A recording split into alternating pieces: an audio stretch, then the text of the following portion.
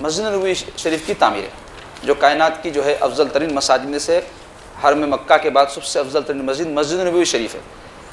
وہ مسجد کی جو زمین تھی قبیلہ بنی نجار کے 2 یتیم بچوں کی تھی۔ حضور پاک صلی اللہ علیہ وسلم جب اس کو زمین کو پسند فرمائے تو قبیلہ بنی نجار کے لوگ بولے یا رسول اللہ سعادت ہے ہمارے لیے، آپ یہ زمین قبول فرما لیجئے اور اس پر مسجد تعمیر فرمائے۔ حضور پوچھے نہیں اس کے مالک کون ہیں؟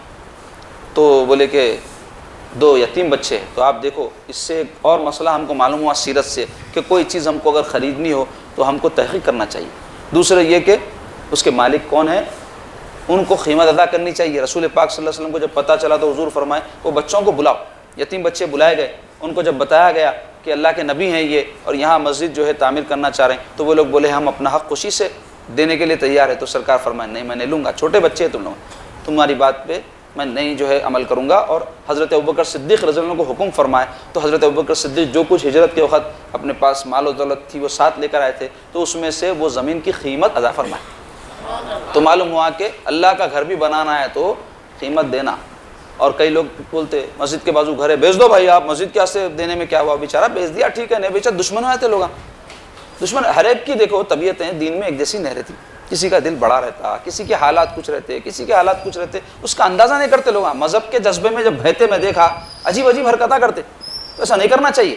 تو مختصر یہ کہ ایک صحابی کا مکان بھی تھا کہ تو اسی ضمن میں واقعہ بیان ہوا ہے مدارج النبوہ میں، ان کو جو ہے بتایا گیا کہ مسجد نبوی کی توسیع کے لیے آپ گھر دیتے تو دے دو، تو انہوں بولے میں نہیں دیتا، مسلمان تھے صحابی تھے۔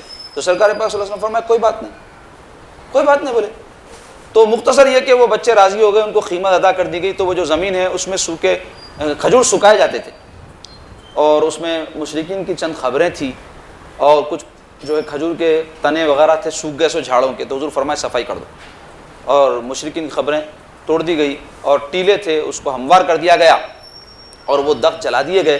اور جب زمین مسطح ہو گئی تو اللہ کے حبیب صلی اللہ علیہ وسلم بنفس نفیس اس کی تعمیر میں حصہ لیے، اور دوران تعمیر جب صحابہ پتھر اٹھا اٹھا کر لاتے رہتے تھے تو میرے آقا علیہ الصلوۃ والسلام ارشاد فرماتے تھے اللہم لا خیر الا خیر آخرہ۔ کیا فرماتے تھے؟ یا اللہ بھلائی اور خیر نہیں ہے مگر آخرت کا، یعنی دنیا کا نہیں۔